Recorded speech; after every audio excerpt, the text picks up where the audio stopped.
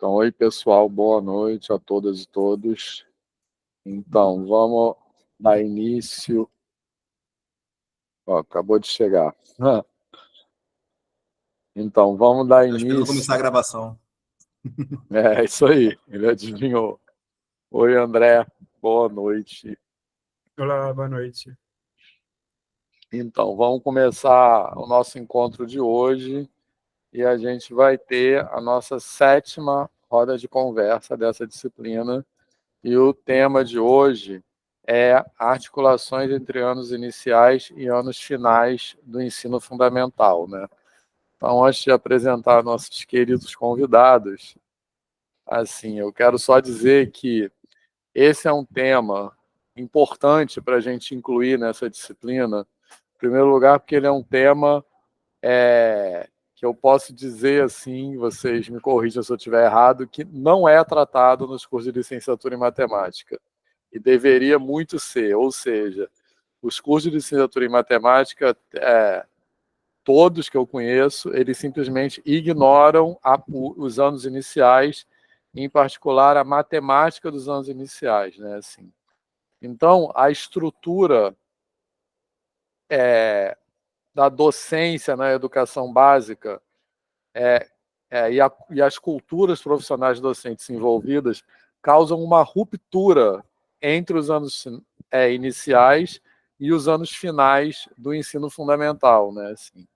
E eu acho também, depois o pessoal pode concordar ou discordar de mim, que essa ruptura é mais grave na disciplina de matemática, né?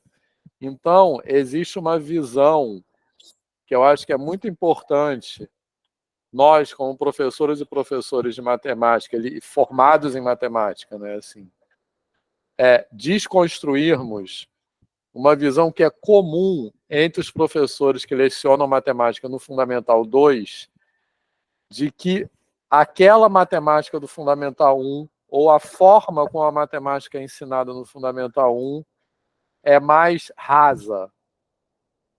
E mais do que isso, muitos professores que ensinam matemática no Fundamental 2 e no ensino médio têm uma visão de que o que os professores do Fundamental 1 fazem não é ensinar matemática de verdade, é meio ficar brincando, etc. É ou não é, pessoal?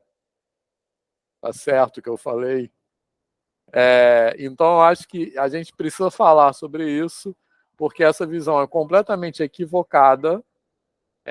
Então, o tipo de abordagem que da matemática nos anos iniciais do ensino fundamental é importantíssima para a aprendizagem matemática, e os professores que lecionam nos anos iniciais e nos anos finais têm muito a aprender uns com os outros, né? Assim.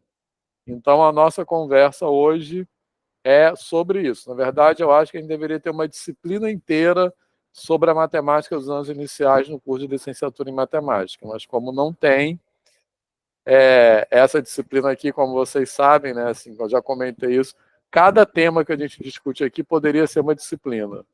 Então, ela tem como objetivo dar uma visão panorâmica de algumas dos contextos sobre os quais vocês devem pensar como futuros professores e futuras professoras de matemática.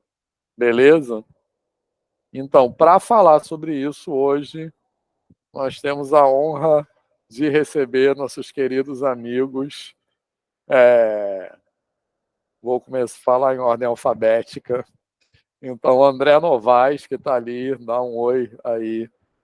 O André Novaes é licenciado em matemática aqui também pela UFRJ e é professor da UERJ, do campo de Caxias, da FEBEF, onde ele leciona no curso de licenciatura em matemática e também no curso de pedagogia, né? Então tem essas duas experiências e está atualmente cursando doutorado em ensino de matemática aqui na UFRJ, onde ele é meu orientando, já vieram vários orientandos aqui, e ele está desenvolvendo uma tese exatamente sobre isso, a integração entre os anos iniciais e os anos finais do ensino fundamental. E aí também temos o André Regis, que está ali, que é doutor em educação, pedagogo e professor dos anos iniciais aqui do Colégio de Aplicação da UFRJ, e tem uma pesquisa, assim, já trabalha há bastante tempo, o tema da tese de doutorado dele foi esse, com a matemática dos anos iniciais, enfim, ensino de matemática nos anos iniciais. E a Lucila Castilho, que está ali, dá um tchau, Lucila, que é licenciada em matemática, mestra em educação, em ensino de matemática aqui no PEMAT, no nosso programa, e que eu espero em breve doutoranda em educação matemática também, que eu já cansei de falar isso para ela, e é professora também 2 anos iniciais no Colégio Pedro II, esqueci qual campus, Lucila, depois você fala. E é uma pessoa que tem essa visão de ser formada em matemática e lecionar nos anos iniciais. E também eu estou considerando nosso convidado, que eu deixei para o final, o Bruno Melgaço, que está ali, que está em casa, né, porque ele está fazendo estágio de docência nessa disciplina, mas ele tem esse perfil parecido com a Lucila, que ele é licenciado em matemática e leciona nos anos iniciais, é professor nos anos iniciais na rede municipal do Rio de Janeiro, na ESME, e também é professor do ensino médio na SEDUC, né, no estado, e como vocês também já sabem, é mestrando em educação matemática aqui, também me orientando. Então é isso, pessoal. E teríamos a Érica Pereira, que também é do Pedro II, mas que ficou doente, não vai poder estar conosco. Então a gente vai fazer a nossa dinâmica de sempre, cada um fala um pouco, a gente faz um intervalinho no meio, tá? Pessoal, tomar uma água. Então, acho que é bacana, por volta de 10 para as 8. Como a gente está remoto, nesse horário não precisa ser tão rigoroso, porque não vai ter o horário do bandejão. Mas eu acho que seria bom cada um fazer uma fala breve nessa primeira parte da aula. E aí, claro que a gente pode... O pessoal pode ir perguntando, pode ir levantando o braço aí. Mas aí depois a gente abre para o debate. Quem gostaria de começar?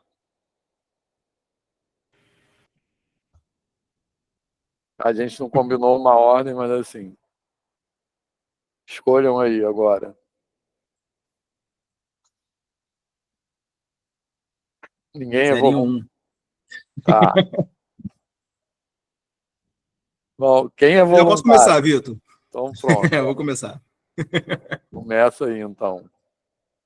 Bom, Bom, eu queria... Se quiser primeiro, apresentar alguma coisa, pode apresentar, tá? Ah, tá. Pode ser.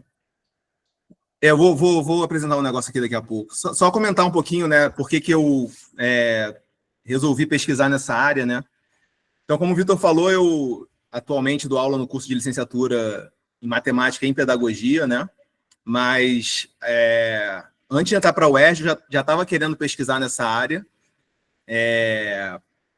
e muito por conta da minha experiência nas escolas que eu dei aula do município do Rio, né? Então, eu entrei no município do Rio em 2007, e eu entrei numa escola que antigamente eles tentaram fazer os ciclos, né? Então, tinha o primeiro ciclo, que era do 1º ao 3º ano, segundo ciclo, que era do 4º ao 6º, e aí o terceiro ciclo seria do 7º ao 9º, né?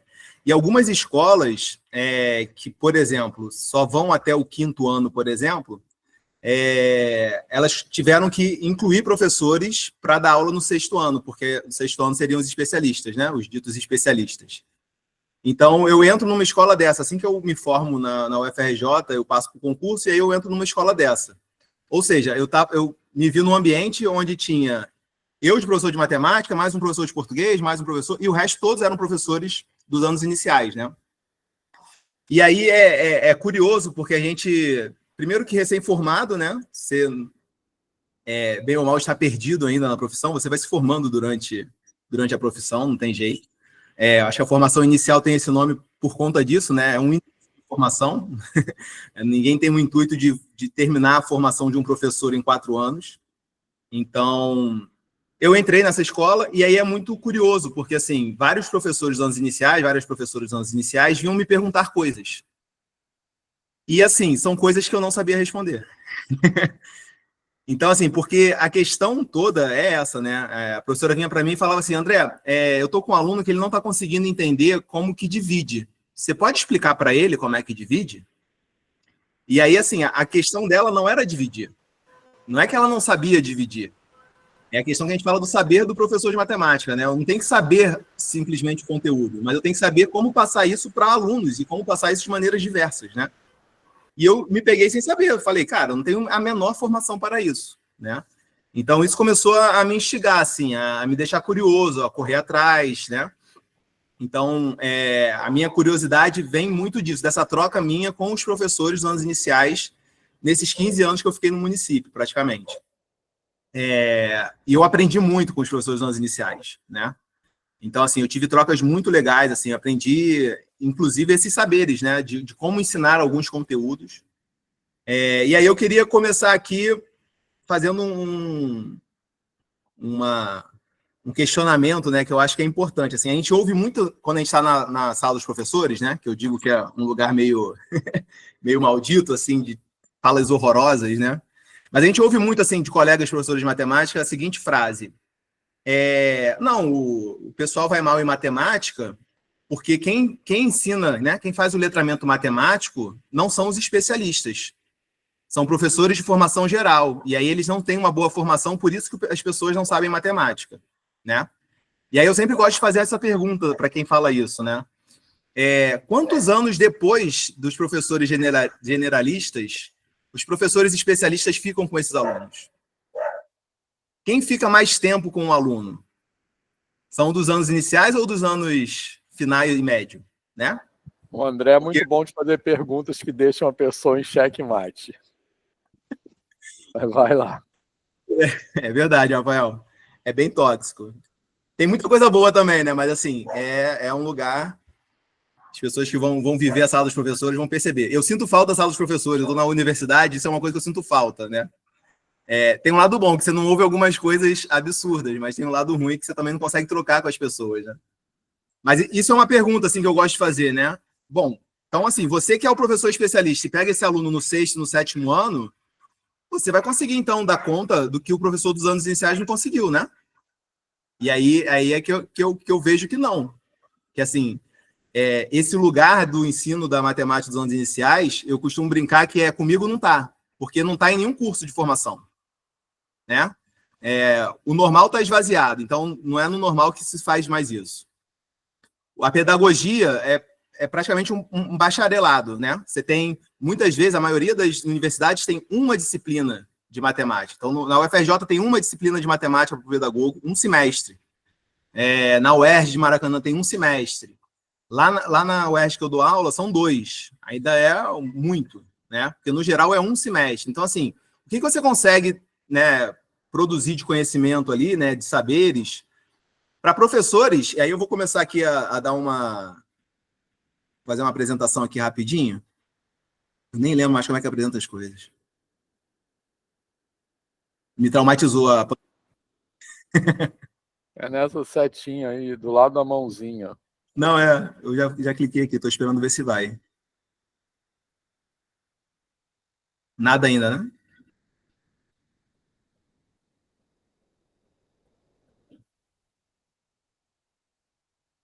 Bom, vou colocar a janela para ver se vai.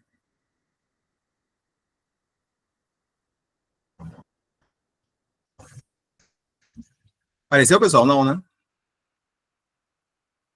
Não. Não, é o quê? É que tipo de arquivo? Não, é um PowerPoint mesmo. Puxa, quer me mandar? Vou te mandar, Vitor. Tá.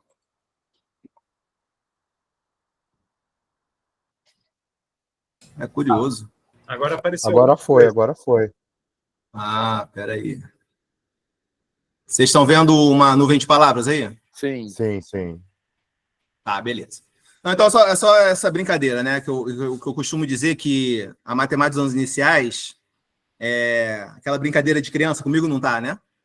Porque nenhum curso, né, se propõe a discutir esse tipo de coisa, né? Então, isso aqui é uma nuvem de palavras do pessoal que, quando eu dou aula na pedagogia, eu sempre peço para eles falarem as 3 primeiras palavras que vêm à mente deles, né, quando eles ouvem a palavra matemática. E aí isso é uma nuvem que, durante 3 semestres, eu juntei, né? Então, essas são as palavras aí que surgem do pessoal de pedagogia falando sobre o que remete a eles quando eles ouvem matemática. Então, observem, pânico, humilhada, desafiador. Então, assim, a gente percebe dificuldades, né? Então, a gente percebe que tem um certo trauma na matemática para essas pessoas, né? E, ao mesmo tempo, isso não quer dizer que... Deixa eu parar aqui, ó, o compartilhamento. Isso, ao mesmo tempo, também, isso não quer dizer que essas pessoas elas não sejam capazes de ensinar matemática, né? Existe um trauma, óbvio, né?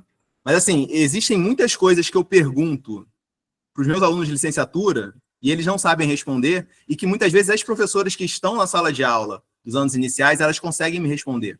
Ou elas conseguem me apresentar uma maneira de ensinar que funcione com os alunos dela, né? Então, para não me estender muito, a minha ideia de trazer aqui para vocês é isso, assim, né? Afinal, quem vai formar esses professores que vão fazer o letramento matemático, né?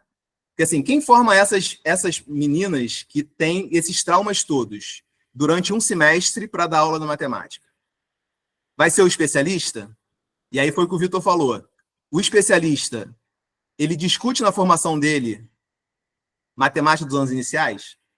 Ele sabe explicar, sei lá, coisas simples, como dividir para um aluno que tem 8 anos? Não é como fazer o algoritmo da divisão, mas é como dividir, ou o que significa dividir, os tipos de divisões que existem, né? Então, eu acho que é legal a gente trazer esse tema para cá para a gente pensar sobre essas coisas, né? E não é saber o básico, a matemática básica é diferente de fácil, né? Não é porque ela é básica que ela é fácil. Então, eu acho que isso é muito importante, né? Ter essa roda de conversa aqui é legal por causa disso. A gente trazer isso para vocês nesse momento que eu não tive quando na minha formação, né? Eu fui vivenciar isso na carne, assim, né? Sendo confrontado com professoras me buscando para auxiliar elas e eu perceber que, cara, o que eu tenho de especialista, né? Nada. Só o nome. Então é isso. Isso, acho que é muito importante ressaltar que existe uma visão, que é isso que o André falou. Primeiro, que o conhecimento docente não é só o conhecimento do conteúdo, né? E segundo, que existe uma visão de que quanto mais inicial é a etapa escolar, mais simples é o trabalho do professor, né? Mais fácil ensinar naquela etapa. E essa visão, qualquer um que já foi professor alguma vez na vida que seja intelectualmente honesto, pode ter certeza que é completamente falsa. Né? Assim, né? Não porque é mais no início que é mais fácil ensinar naquela etapa. Né? Isso não é verdade em nenhuma parte, nem na universidade. Assim, eu dou aula de análise de cálculo, eu acho a aula de cálculo muito mais difícil que dar aula de análise, por exemplo. Muito, enfim. Mas... Tem um professor que ele fala, Vitor, que ensinar integral de rima é mole. Você está ensinando para um cara que tem 20 anos, desenvolvimento cognitivo completo. Uhum. Vai ensinar a divisão para um garoto de 8, Exato, de 7. Exatamente, isso aí. É isso. Valeu, André. Então, quem é o próximo? E aí? André Regis, quer ir você? Pode ser. Segunda ordem. Tá. Vamos seguir na ordem, então, né? Boa noite a todos e todas. Como o Vitor falou, sou pedagogo, mas no CAP sou professor do Colégio de Aplicação e dos anos iniciais, e lá a gente tem uma divisão curricular em que eu atuo com as disciplinas de matemática e ciências da natureza, né? Então, é uma alegria estar aqui com vocês para compartilhar um pouco, levantar alguns questionamentos e reflexões sobre sobre esse desafio e a necessidade cada vez maior dessa articulação entre anos iniciais e anos finais, né? E, para minha fala, eu organizei em pensar como que essa matemática ela é construída nos anos iniciais, ou ousaria até dizer mesmo na educação infantil, e aí, dialogando um pouco com o André, como que essa matemática ela é construída por pessoas que já veem a matemática como algo que tem medo, que envolve apenas cálculos, que envolve apenas números, né? Então, pensar o desafio de qual sentido que se tem e se constrói na matemática. E, e aí, só para pensar na educação infantil e na matemática, como que a matemática ela pode ser trabalhada numa perspectiva de construção de sentidos, né? E isso é muito interessante a gente pensar, porque a matemática ela tem o status de ser uma ciência exata, ela tem o status de ser algo que aquele que sabe matemática é aquele que tem um certo conhecimento, um certo poder, e aí como que a gente pode trabalhar desmistificando isso, porque isso traz uma certa hierarquia, digamos assim, que não que pode criar barreiras, né? Não, porque matemática é difícil, matemática não é para mim. E aí eu tenho estudado um pouco nos últimos anos sobre uma abordagem matemática que se chama mentalidades matemáticas, em que traz um pouco essa reflexão, olha, peraí, não é bem assim. Então, não é que a pessoa nasce com cérebro matemático. Então, tem um vídeo da Joe Bowler, que é quem tem desenvolvido essa temática de mentalidades matemáticas, que assim, não é que você está numa maternidade, tem a criança com cérebro matemático, esse não tem cérebro matemático, esse tem, esse não tem. Então, acho que isso é um primeiro ponto. Mas isso é tão marcante, eu tenho percebido, porque eu também atuo na formação dos professores, seja formação inicial ou formação continuada. E na formação continuada, era até uma atividade rápida que eu tinha pensado em fazer com vocês presencialmente, mas vou fazer virtualmente, mas é uma outra relação. Mas eu queria que vocês pensassem, por exemplo, a representação, como que a gente pode representar o número 4 utilizando os dedos. Eu faço essa atividade com grupos de formação, em que eu trabalho com formação de professores. E, assim, quase a totalidade, quando não a totalidade, representa o 4 dessa maneira. E não é que essa maneira está errada, mas é só para a gente pensar e refletir, será que essa é a única maneira? Porque num grupo de 20, de 30 pessoas, a representação do 4 ela é majoritariamente dessa forma. E aí eu trago para reflexão uma situação muito concreta, aconteceu, foi em agosto, eu fui dar uma formação numa escola pública de São Gonçalo, e aí fiz essa atividade com as professoras, refletimos, vimos outras maneiras de representação do 4, e aí, em um certo momento, teve a transição do turno da manhã para o turno da tarde, chegaram as crianças da educação infantil da tarde, e aí uma professora resolveu, então, brincar com essa criança. Essa criança tinha 4 anos, e aí a professora falou, olha, você sabia que essa é a sua idade? E aí a criança de 4 anos falou, não, essa não é a minha idade, não. A minha idade é essa. Então, aquilo para mim ficou tão forte, porque o quanto, já na educação infantil, a gente pode pensar maneiras de trabalhar matemática nessa perspectiva mais ampla. E aí isso passa pela formação, que deveria ser também inicial. O André já trouxe aqui algumas das questões da formação do pedagogo, mas pensar como que diferentes articulações podem ser realizadas, e aí eu diria, muito num espaço de colaboração, também entre professores especialistas, licenciados em matemática e licenciados em pedagogia. Ou seja, pensar como, nos diferentes espaços e ambientes escolares, a gente pode ter esses momentos de construção, de troca. Claro que, assim, pode parecer, às vezes, muito utopia isso, diante de professores que trabalham em 2, 3 escolas, a vida corrida de escola, etc. Mas pensar como uma perspectiva de que, olha, a educação matemática, ela precisa ter uma nova abordagem.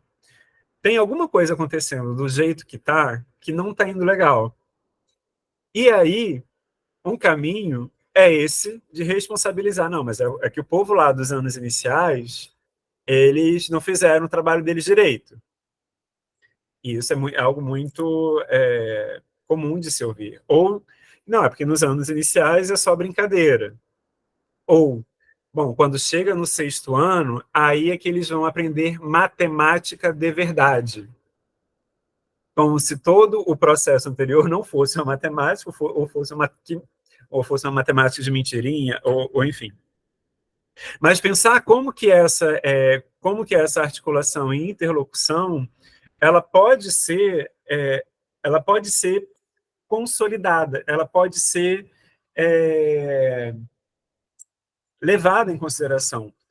Eu, nos últimos anos, tenho participado muito dos eventos na área da matemática. Então, o Encontro Nacional de Educação Matemática, e percebo que o espaço dos anos iniciais ainda é um espaço pequeno.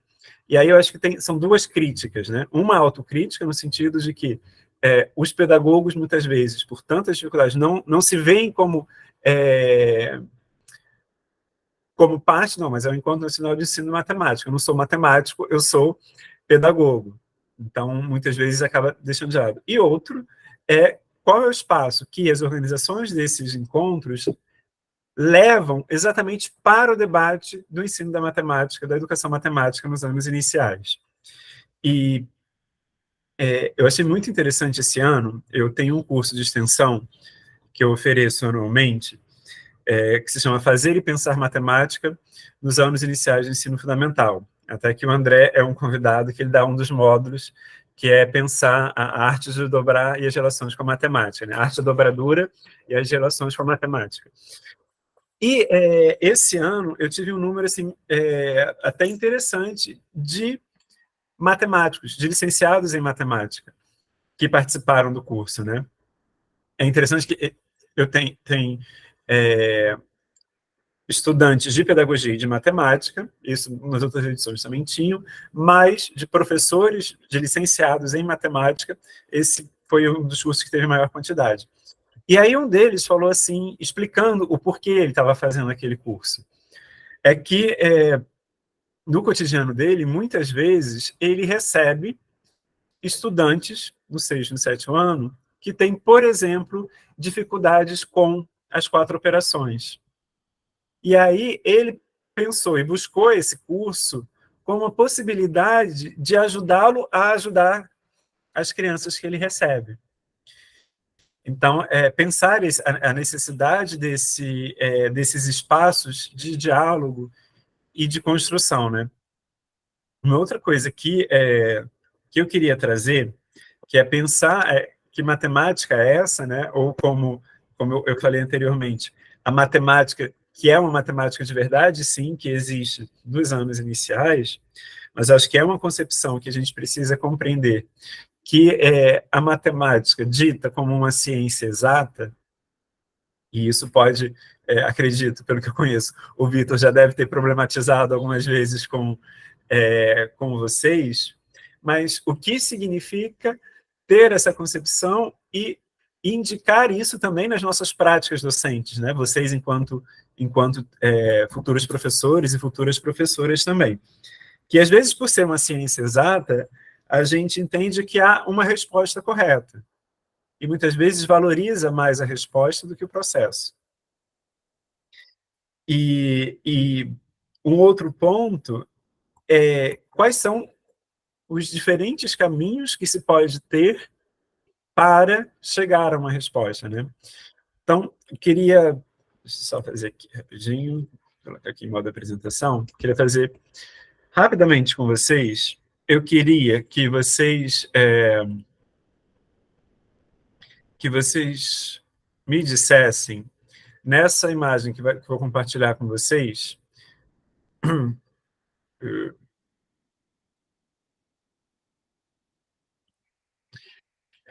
qual dessas imagens não pertence a esse conjunto? Qual não pertence? Quem quer responder, pessoal, isso? Patrick respondeu aqui que o B não pertence. Por que você acha que o B não pertence, Patrick? Eu iria de C, Por que, Rafael? porque a C é a única que tem algo além das caras, né? Que tem um coração. Tem algo a mais que sem ser os emojis, né? Ó, tem o Patrick dizendo B e a Jennifer dizendo C. Eu Patrick, iria de D. Eu ia falar D também, mas fala aí. Patrick. Por que você acha D, Vitor? Porque é o único que está de boca aberta. O Giovanni colocou, podia ser o D, porque é o único sem sobrancelha com expressão.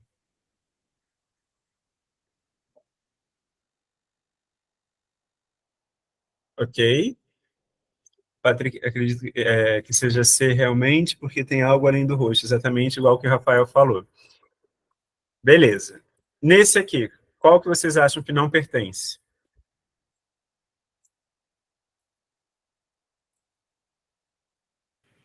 Eu iria de A. Por que a...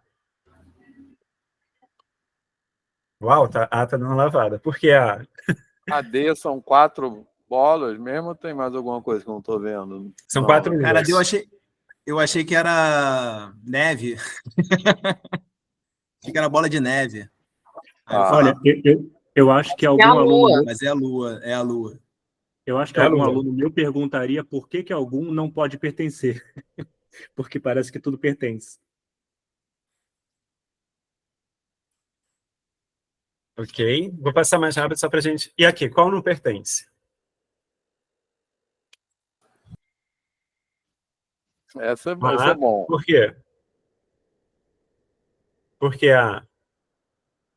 Pois é, pares ou são ímpares. A D, porque tem mais de uma cor.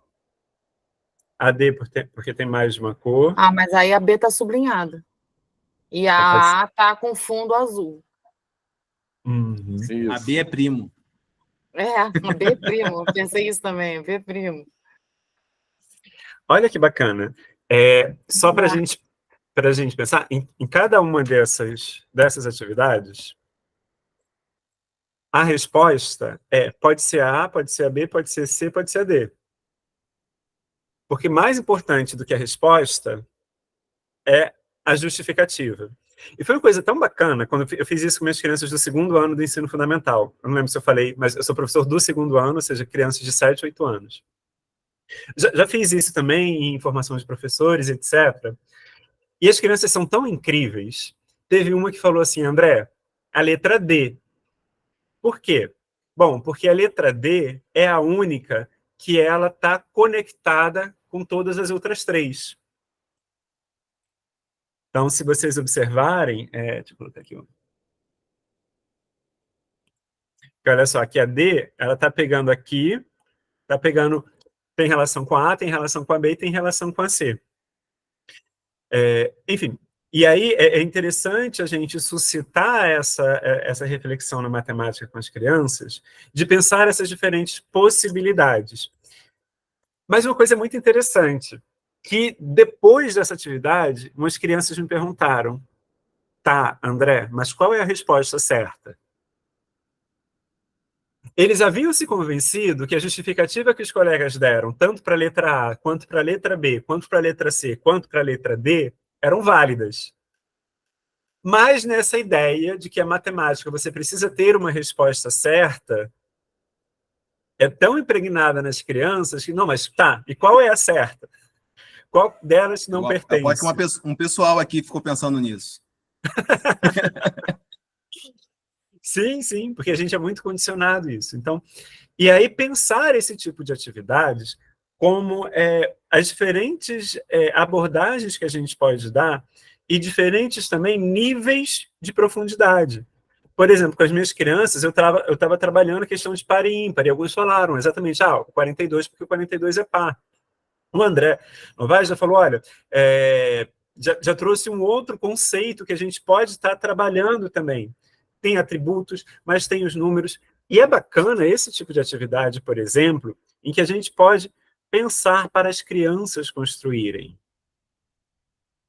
Crianças, estudantes, enfim, como trabalho muito nos anos iniciais, sempre chamo de crianças, mas crianças, adolescentes, etc., eles construírem esse tipo de atividade. E aí eles constroem, e aí eles justificam, tá, por que o A não pertence, por que o B não pertence, por que o C e por que o D.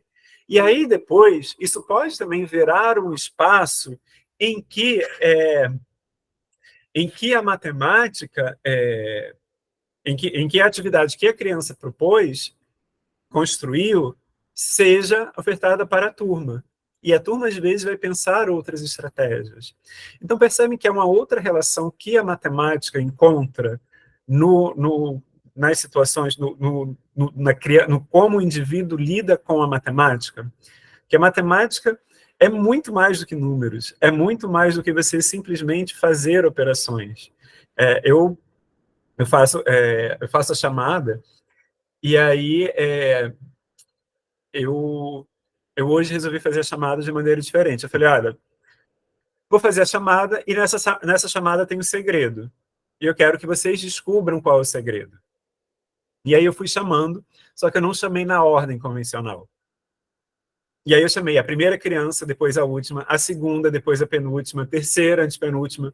E aí foi muito bacana que eles, assim, a maior parte já conseguiu. Caramba, entendi, André. Então, pensar essa outra matemática que a gente pode fomentar com os nossos estudantes, né? Vitor, você tinha levantado a mão? Só para comentar que eu lembrei de uma situação semelhante, que há um tempo atrás, não sei se ainda é assim, era muito comum nos livros didáticos do quinto ou do sexto ano aquele negócio de complete a sequência. Uhum. Não sei se ainda tem.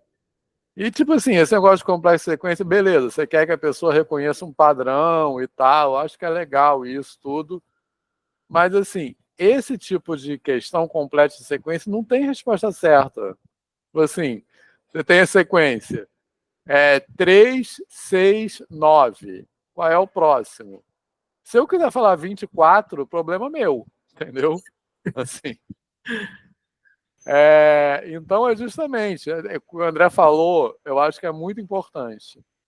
Matemática tem essa coisa de obsessão de qual é a resposta, assim.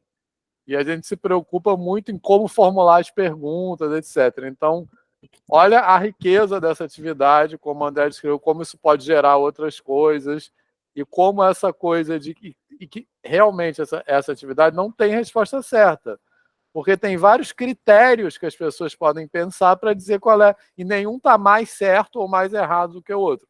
Em particular, esse aí, a gente pode falar nas propriedades dos números ou nas propriedades, assim, nas cores, né, nas propriedades gráficas. E uma coisa não tem como dizer que uma coisa está mais certa do que a outra. Assim. Uhum. Enfim.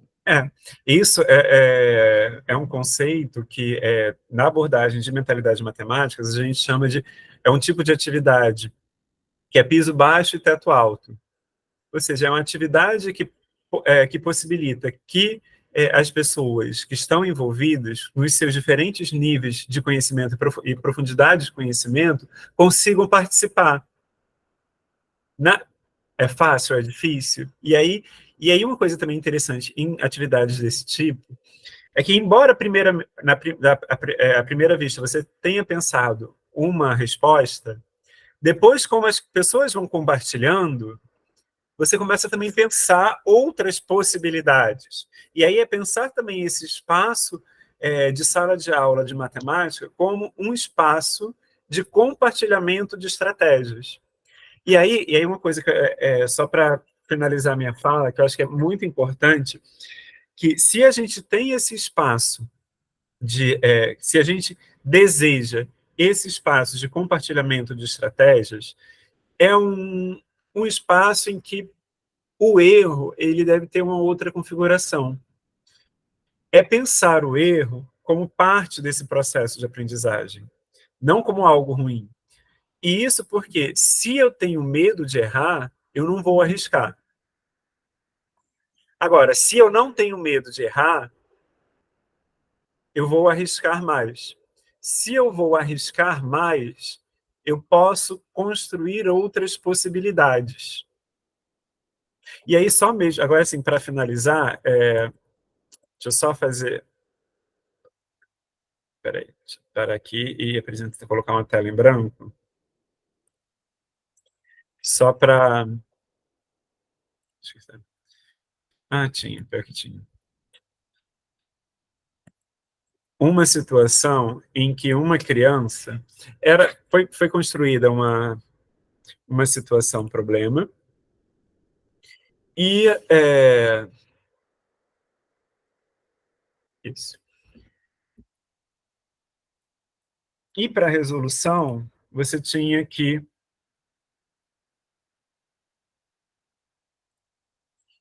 fazer 24 divididos por 3. Era uma situação com uma criança do 4º ano do ensino fundamental. E aí a criança fez assim, olha.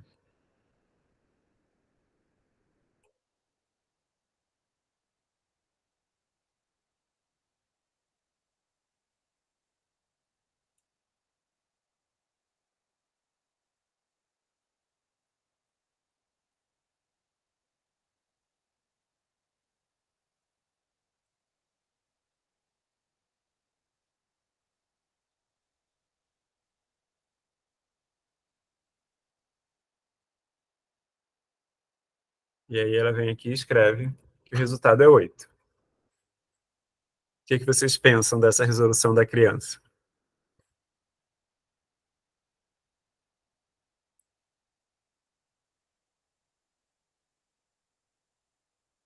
Ali em cima é 24 dividido por 3, né? Isso. Só porque Isso. tá meio... Pessoal, quem entende? Assim, se vocês estivessem no lugar de professor, como vocês corrigiriam essa questão?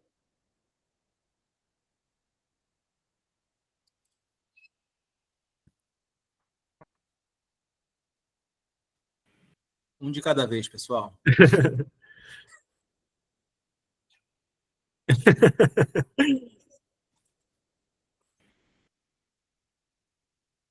Eu não faço a menor ideia, é ótimo, né? Mas você é o professor, você vai ter que corrigir. E aí? Então, você daria certo ou errado? Qual seria o seu argumento? Ou qual seria a sua estratégia, né?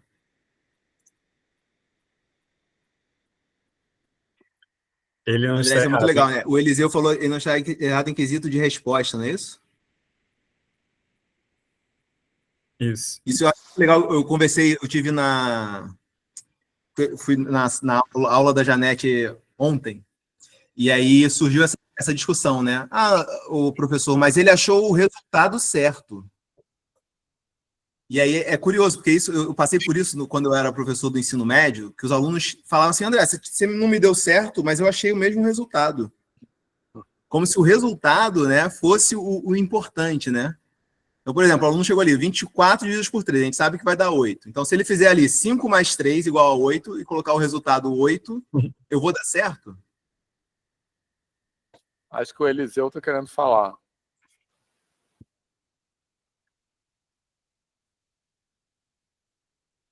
Tá, Eliseu, levantou a mão aí. Mas eu acho assim, A Jennifer falou ali, eu daria certo pelo resultado, mesmo sem ter entendido a conta. O Giovanni falou falar com o aluno para entender qual foi o método que ele usou. Eu acho essa fala do Giovanni muito importante, tá? Sim. Porque justamente a questão é essa. Normalmente a gente não ouve o aluno, não ouve, não tenta ouvir, certo? Sim. E com relação à fala da Jennifer, eu acho que o grave é quando a gente faz ao contrário. A gente dá errado quando o resultado está errado e nem olha, aí pegando novamente a fala do Giovanni, e nem tenta entender o que o aluno fez. Muitas vezes um resultado que está errado, assim, não merece ter simplesmente um risco e dizer errado, entendeu? Muitas vezes um resultado que é errado está associado com um pensamento que é muito importante, que tem ideias muito importantes. E às vezes a gente só olha o resultado, deu errado e está errado, né? André. Não, eu ia comentar também que às vezes a gente esquece que o certo e o errado é um feedback para o aluno, né? Então, assim, se o aluno achou um resultado, ele achou o mesmo resultado, eu dou certo, sem tentar nem entender o que ele pensou, também às vezes é ruim, porque às vezes ele está pensando de uma maneira, às vezes equivocada, não que, né? Assim, mas e ele pode passar a achar que a devolutiva foi, esse tipo de raciocínio está correto, pode continuar. Então também tem esse lado, né? Que a gente às vezes acha que é só um certo e um errado, mas na verdade essa é uma forma da gente devolver para o aluno alguma coisa, né? Em algumas perspectivas. Então, assim, se eu não entendi, eu acho que é mais legal isso que ele falou aqui, né? Pô, vai lá e conversa com o aluno. Vem cá, o que você pensou aqui, né? O que esse registro, né, significa, né? Eu não entendi. Você pode me explicar? Uhum. Exatamente. A partir dessa pergunta, a criança respondeu assim, olha, eu sei que o 24 é igual a 10 mais 10 mais 4. E eu vou ter que fazer uma divisão. Eu sei que o 3, ele cabe 3 vezes nesse 10 e sobra 1.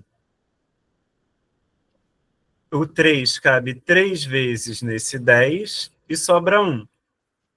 Ele cabe uma vez nesse 4 e sobra 1. Se sobrou um aqui, sobrou um aqui, sobrou um aqui, eu juntei e formei mais um grupo. E aí, então, como eu aqui tinha 7 mais 1 é igual a 8.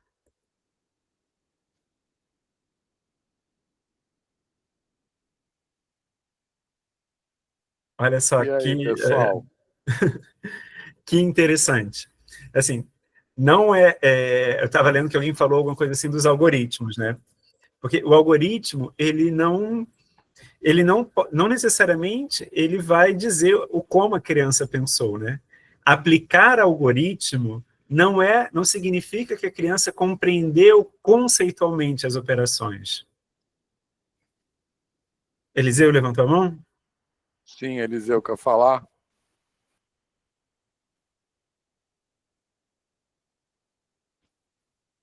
Não sei se ele está com problema no microfone, porque acho que ele abriu o microfone, mas não está saindo o áudio.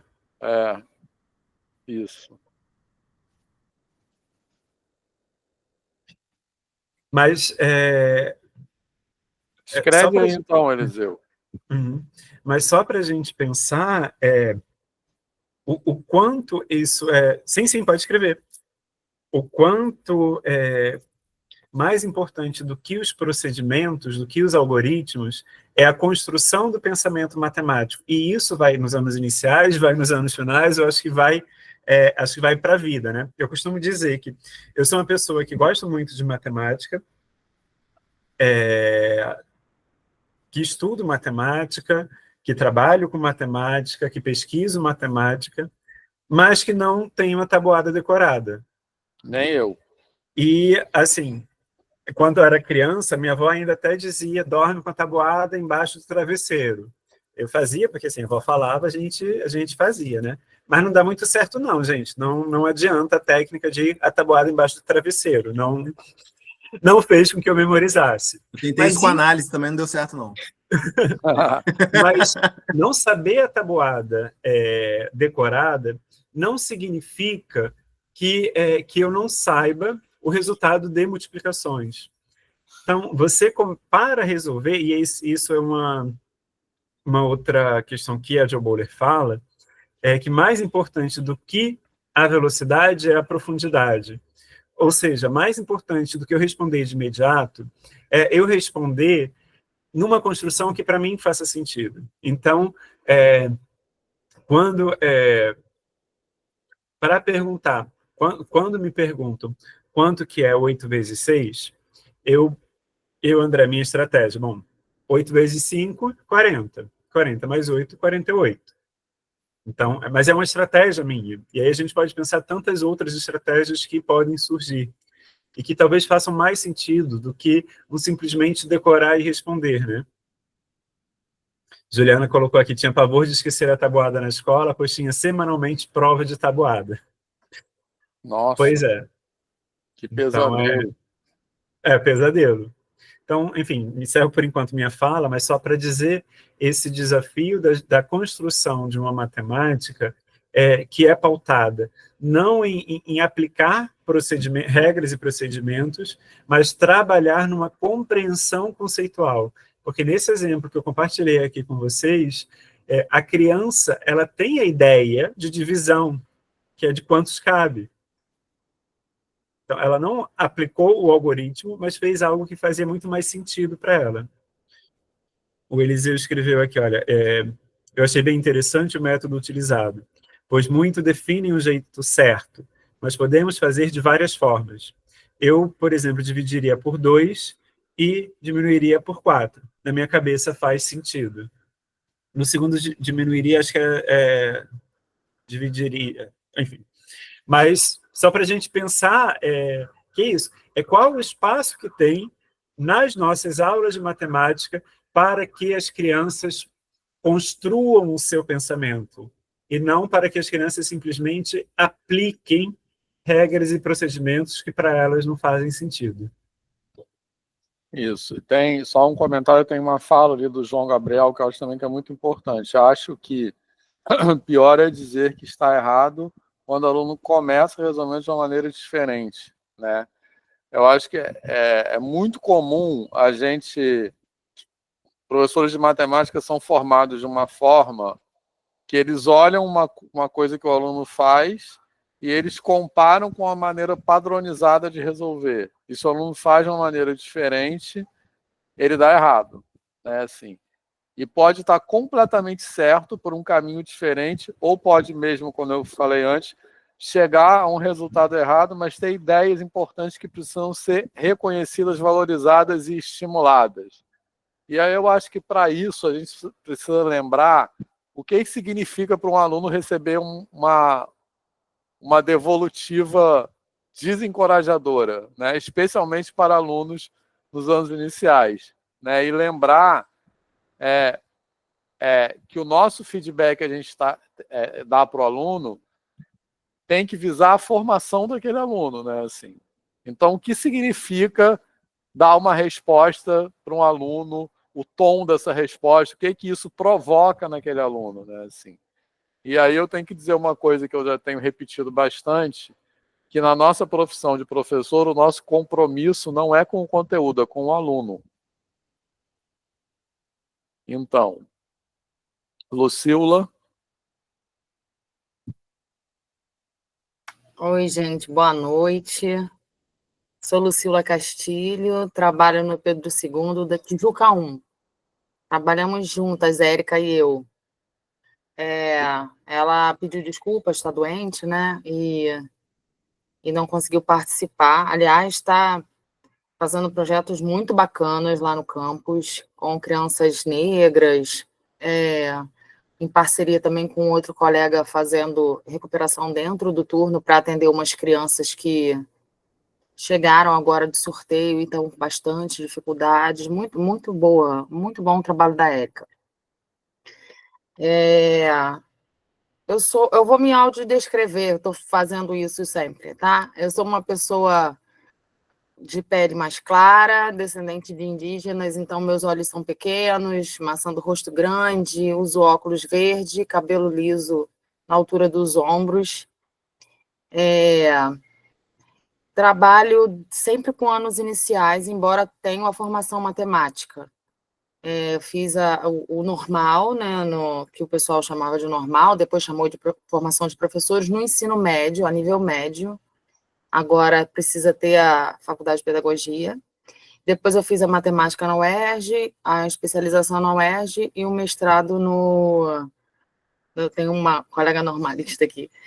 E também fiz um mestrado na UFRJ, né? Vou voltar, Vitor, pode deixar, vou voltar. Estou me organizando para isso. Eu achava que ia voltar agora, mas não consegui.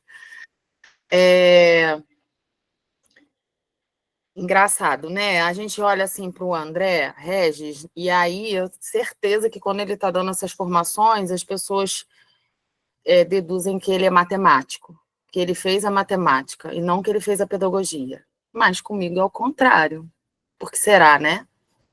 As pessoas acham que eu sou pedagoga, que eu não tenho a formação matemática. E é muito comum, e eu não me sinto ofendida por isso. Só deixar claro que as mulheres têm um papel aí de muita frequência nos anos iniciais. Isso tem mudado ao longo do tempo, isso é legal, mas é uma maioria grande. E aí, de vez em quando, eles falam sobre isso, né? De que a mulher já pressupõe que é pedagoga. E, ao contrário, tá? Nos anos iniciais, a gente tem muitas pessoas com formações outras, não apenas a pedagogia. Tem gente da língua, né? Tem gente da história, tem gente da geografia, é muito diverso.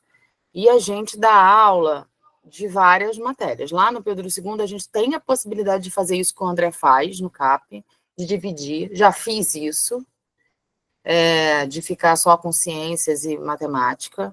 Já fiz também de ficar com matemática e história e geografia, porque é muita coisa escrita, então era para ficar equiparado, não ficar uma colega só com língua portuguesa, história e geografia, que é coisa beça discursiva, né, gente? Para ler, para corrigir, e a pessoa da matemática ficar com matemática e ciências com menos produções assim com esse corpo. Mas também já dei aula. Eu tenho 2 matrículas no Pedro II, então é carga demais. Daí, eles me colocam no que está precisando. Atualmente, eu estou com uma matrícula na coordenação, que é a que tem uma carga horária maior, e a outra como regente. E aí eu fico nessa como regente. Já fiquei em literatura, ciências, eu até escrevi aqui para não me perder. História e geografia também, que a gente chama de estudos sociais. Já fiz bidocência em alguns momentos para ficar em turma, quando uma criança que precisa de mediadora. E atualmente eu estou em 2 frentes assim novas para mim. A alfabetização. Então, assim, eu sou regente da turma não só com matemática, com as outras áreas todas, eu divido carga com uma colega. E aí eu também alfabetizo e também trabalho história, geografia e laboratório de aprendizagem com as crianças que têm os laudos, e a gente chama de laboratório de aprendizagem porque eu não tenho a formação para chamar de AEE, mas o trabalho é basicamente o mesmo, assim, de tentar desenvolver ali de acordo com as necessidades das crianças que têm algum transtorno ou alguma outra realidade que está laudada e que está respaldada. Alguns não laudados também, porque a gente consegue oferecer para eles. Mas já trabalhei também nos anos finais, no ensino médio e na faculdade, quando eu tinha um contrato, na época, no IFRJ de Nilópolis, na formação de professores. Foi bem bacana também. E era interessante, as aulas eram muito interessantes lá, porque era outro viés, né? Outra pegada. Na hora de trabalhar lá as matemáticas na sala de aula, acho que o nome era esse, era muito interessante porque eu gostava de trabalhar com eles a prática mesmo, né? De como é que ensina isso, como é que ensina o seno, o cosseno, e aí fazer os gráficos e o porquê. E para eles era interessante porque as perguntas que eu ia levando não eram as perguntas que eles estavam habituados a escutar. Tem muita coisa da criança, né? Esqueci de falar isso. Sempre tive 2 matrículas. Então, uma sempre mantive nos anos iniciais, mesmo mudando de rede. Que eu já passei pelo estado, prefeitura de São João, que eu era de São João. E a outra na matemática, quando eu me formei, né? Aí o começo era tudo anos iniciais. Aí depois a outra eu me formei, eu fui mantendo uma na matemática, sei lá, ensino médio e anos iniciais. 9º ano e anos iniciais. Eu sempre fiquei com os anos iniciais. E agora eu estou só com os anos iniciais lá no Pedro II. E aí a gente escuta um colega dizer assim: mas um dia você vai progredir, né? Agora eu acho que dá para você estudar um pouco mais, fazer um concurso melhor e você trabalhar com os maiores. Ou trabalhar dando aula na faculdade. Isso é muito recorrente, a pessoa não está fazendo para te ofender, gente. A pessoa, de fato, está fazendo assim, se poupa, a criança cansa muito. É nesse sentido, sabe? Que cansa. Mas, vou contar um negócio para vocês. Os dias que eu saio da escola, que eu estava com as turmas das criancinhas lá de 6 anos, eu estou com o 1º ano, né? É o dia que eu saio muito mais feliz e realizada do que o dia que eu tenho vários planejamentos com os professores, sabe? É leve, gente, sabe? E aí você vê eles aprendendo, o olho brilhar, é muito bom. E essa coisa da alfabetização também tá me pegando, assim, para a parte feliz da vida. E aí, deixa eu ver mais o que eu ia falar. Tá. Aí eu ficava mantendo, né, as 2 matrículas. Tinha época que eu pegava uma atividade de 3º ano e aplicava no ensino médio. A mesma atividade, os mesmos, sei lá, sapinhos pulando, sabe? Tinha, porque dava para levar a estrutura da folhinha, vamos dizer assim. E as senhoras lá adoravam. Nessa época tinha ensino médio, muita gente, que não era EJA não, mas era ensino médio regular. Mas tinha muita gente assim com a faixa etária mais alta. E eles adoravam aprender PA com os sapinhos pulando. E a coisa fazia sentido. E ótimo, é aquilo que o Vitor fala, né? Não é bem o conteúdo. A gente, sim, tenta garantir o conteúdo no sentido de a escola muda a vida da pessoa. Quanto mais a gente vai oferecendo oportunidades, verdade seja dita, as provas acontecem, a gente galgou lugar. Eu trabalho no Pedro II porque eu passei por uma prova, entendeu? Mas assim, a gente tem que oferecer o conhecimento, não vou boicotar ninguém. Mas o como é que é o lance, né? Como que a gente vai oferecer? Isso me faz lembrar uma fala que eu escutei na porta da escola da minha filha uma vez, que eu tenho 3, então eu ouço de tudo. Cheguei na porta da escola e a menina falou assim: agora você vê, ela está no 6º ano, agora você vê, a diretora falando, né, que professor aqui não tem dificuldade de alfabetizar. Professor é professor por quê? Se ele não sabe, se a criança não sabe ler, tem que alfabetizar, não interessa a faixa etária. Aí eu fiquei pensando assim, cara, é isso, eu entendo. O cara fez a faculdade de ciências, o cara fez a faculdade de história, muitos fazem a de matemática. Alfabetizar não é bolinho, entendeu? Olha essa fala, outra fala arraigada de alfabetizar é uma coisa rasa.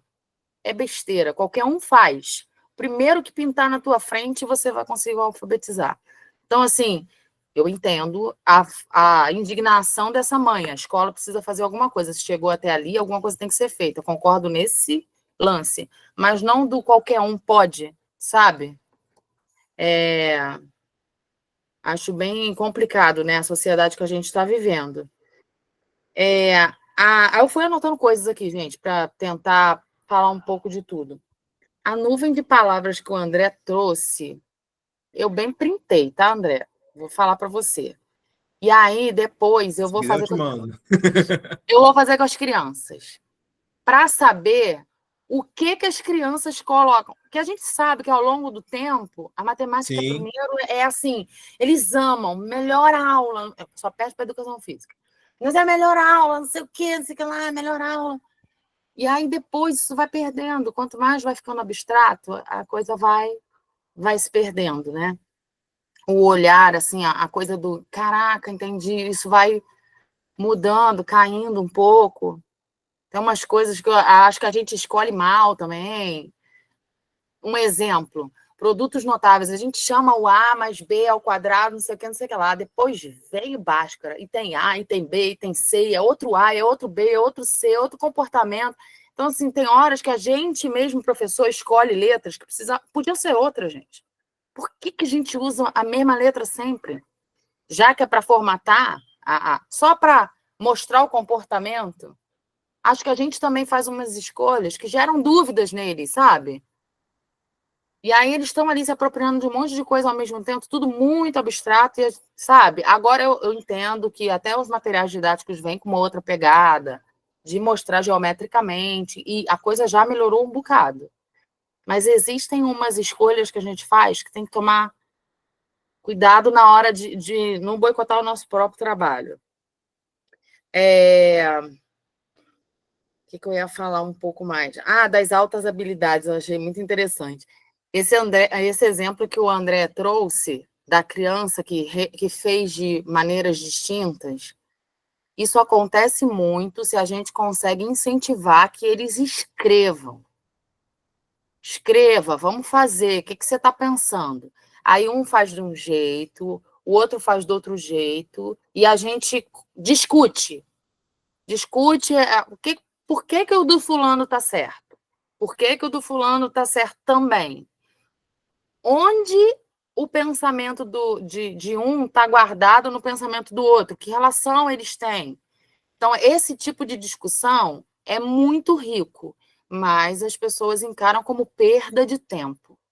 Ao invés de pensar que é um investimento de tempo para depois, porque para chegar naquelas abstrações que eu estava falando lá dos produtos notáveis e das equações de segundo grau, eles precisam dar uma experimentada grande antes, né?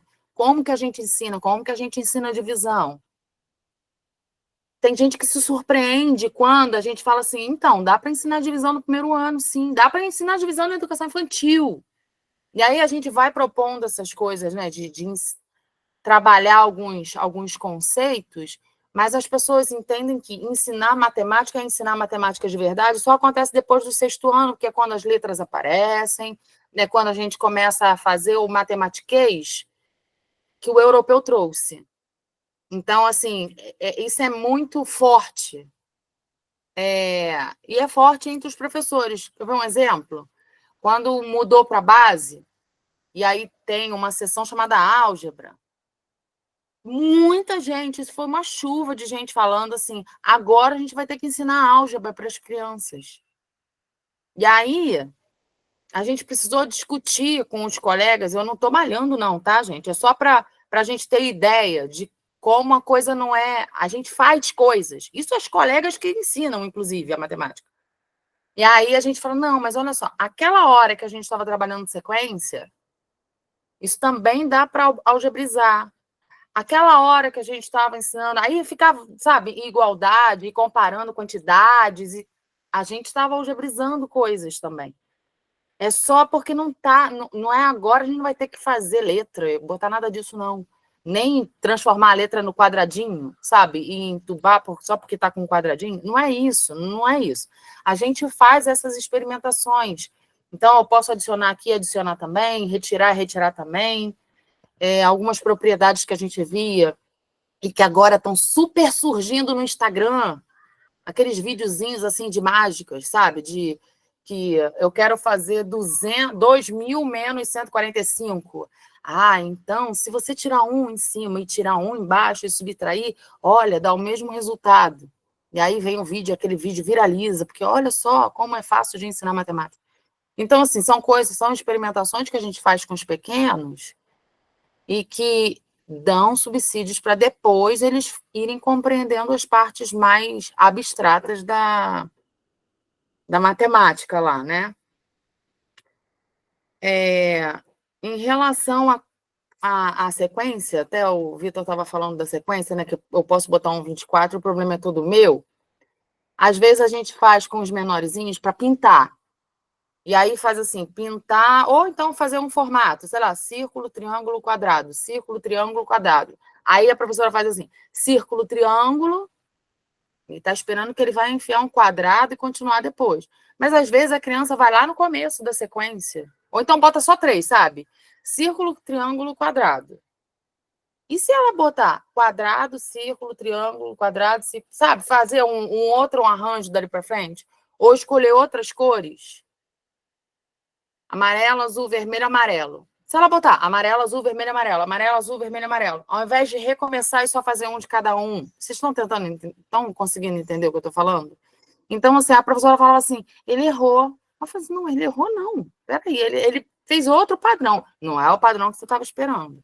Mas tem um outro padrão aqui. Então, isso é muito... A gente tem uma responsabilidade muito grande em escutar mesmo essa criança. Sabe? De entender até onde que ela está acertando. O que ela está pensando.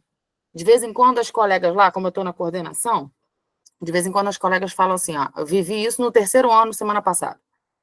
Lucila, não estou conseguindo, tem 5 alunos que eu não estou conseguindo ensinar de jeito nenhum o algoritmo da subtração, com recurso. Aquela que pede emprestado, que eles falam, né? Não estou conseguindo fazer essa operação. Lá na escola não fala pede emprestado não, tá, gente? É só para vocês terem a referência. É aquela que você busca na outra ordem.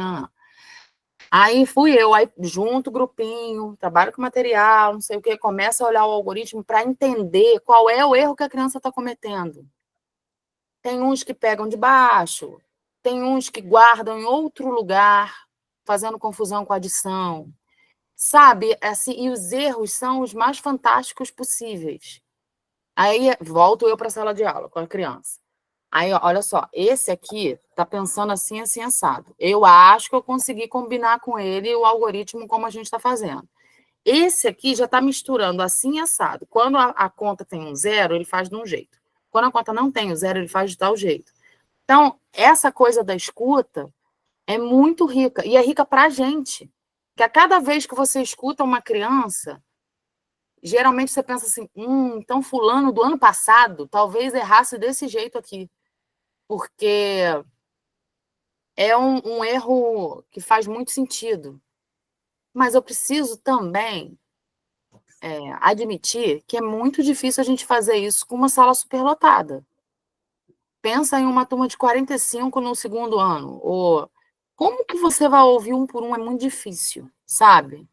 O que a gente costuma tentar fazer é fazer aquela atividade diversificada, faz uns mesões, em que outros estão fazendo uma outra coisa, mais autônomos, e aí você está com um grupo menor ali, escutando aquele grupo de cada vez, tal qual eu fiz na semana passada, de tirar um grupinho de 5 para escutar. Então, assim, é desafiador. Eu entendo outros professores, quando a gente vai fazer certas falas, que eles dizem, é muito difícil, é muito fácil falar que faz isso no Pedro II com turma de 25, porque eu tenho 45. Eu não consigo fazer isso. É muito difícil a realidade também das colegas, né? E com crianças, gente, que estão cada vez mais ansiosas por conta dessas telas, cada vez mais difícil de seduzir, de manter, de ensinar. As crises de ansiedade acontecendo cada vez mais. Então, assim, eu não sei como é que está na universidade, sabe, Vitor? Mas com os menores, cada vez mais a gente precisando acalmar e abraçar e regular, dar uma água, respira um pouco. E aí os outros 44 estão lá, entendeu? Inclusive a criança que é nível 2 de suporte está gritando para se regular também. É muito difícil, sabe? Em relação à continuidade, olha, aqui a gente tentou há alguns anos fazer umas reuniões entre o 5º ano e o 6º, porque são campi diferentes. Cada um trabalha, às vezes, muitos, inclusive, fisicamente, né? Geograficamente diferentes, né? Estão em outro lugar. E aí não é muito diferente da realidade da prefeitura, por exemplo, que vai a uma escola até ao 5º ano e depois troca, vai para outro canto. A gente tentou fazer umas reuniões aqui. E é aquilo que o Vitor falou lá no começo para abrir a aula de hoje. Adivinha quais são as áreas que não participaram das reuniões? Matemática e física. Não foram, entendeu? Não foram nem escutar o que a gente estava querendo conversar. Isso já faz alguns anos. Depois disso, depois da pandemia, a gente também tentou, isso é na Tijuca, tá? Não é uma realidade que é de todos os campi. No sentido de nem todo mundo tenta essa reunião. A gente tentou, e aí um coordenador, mudou o coordenador, eu falei, opa, agora a gente consegue, né? Um vínculo maior aí. Mudou o coordenador. Aí ele foi, gente boa, assim, sabe, conversando e tal, e ele queria saber até onde a gente ia para, a partir dali, eles continuarem. Porque viam que crianças que faziam prova e vinham de cursinho, não sei o quê, estavam mais adiantados, essa era a fala. Estavam mais adiantados, leia-se, treinados, né? A matemática estava bem treinadinha ali. E os nossos, não. Isso acontece muito, tá, gente? Preconceito com o aluno que eles chamam aluno de Pedrinho. O aluno do Pedrinho vem fraco. Essa é a fala que existe.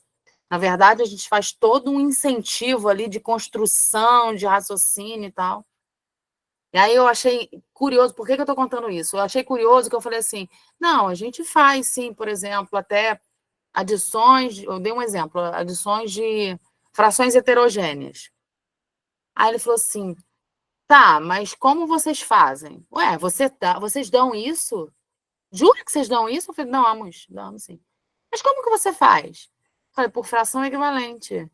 Mas como assim? Como que faz por fração equivalente? Aí eu tive que dar uma mini aula pro coordenador, porque era um rapaz que nem pegava sexto ano, sempre pegava ensino médio. Então, assim, eu tive que fazer uma pequena aula ali só para ele entender. Não é que a gente não dá as coisas, é que a gente oferece de acordo com aquilo que a criança pode operar e que faça sentido para ela e que dê suporte para, quando chegar no sexto, que for fazer os MM6, quando dá tempo, dependendo do grupo, que às vezes o grupo é um grupo de mentes matemáticas, né? Vai adiante. Aí a gente até oferece, quanto mais eles puderem, a gente está oferecendo. Mas quando não, a gente quer dar um suporte e garantir. É aquilo, olhar para o aluno. Eu vou garantir que esse grupo vá com um conhecimento embasado legal para que o colega tenha aonde trabalhar, né? Tenha ali como colher coisas. Então, assim, essa continuidade, mesmo numa escola, e ainda mais na nossa escola, né, que é da educação infantil à pós-graduação, é muito difícil de assegurar como a gente gostaria que fosse. Mas, assim, existe já um ensaio desse contato entre os anos iniciais e os anos finais. Depois isso caiu um pouco por terra, a gente começou a viver outras coisas internas, sabe? Lidar com uma greve de 3 meses, e aí como é que a gente consegue dar conta disso, de o que a gente escolhe, o que a gente prioriza. Então, a gente tem outras batalhas, acabou isso ficando guardado, isso de fazer o contato com o sexto ano, sabe? Então, posso até voltar a conversar, meu mandato acaba esse ano, eu tenho 7 anos de coordenação, que era para ser 6, mas aí teve a pandemia, a gente ficou 1 ano a mais. Então, eu não posso me candidatar novamente à coordenação. Outras pessoas talvez se candidatem lá na escola. Mas a gente está vivendo um caminho ao contrário. É uma estrutura que a gente deveria ter 5 coordenadoras nos anos iniciais, né? Uma para matemática, língua portuguesa, história e geografia, que a gente chama de estudos sociais, ciências e literatura. Só estou eu, e agora uma colega entrou em estudos sociais, ela tem umas questões particulares que não tem conseguido deixar ela trabalhar tanto quanto ela gostaria. Então, estou só eu, basicamente. De teimosa, encerrando meu mandato, porque estou tentando assegurar ali a que eu me dispus. Mas me preocupa um pouco essa falta dessa estrutura, porque as colegas que são de várias áreas, né, a tal qual eu precisaria, né, de uma colega de língua portuguesa dando aí várias dicas e enriquecendo minha aula, sabe, pensando junto comigo, eu fico um pouco preocupada de que saia essa estrutura, porque eu vou sair, vamos supor que ninguém assuma, né? para poder, porque está faltando professor, o pessoal fica pegando turma mesmo. E evitando sobrecarga, que não é pouca.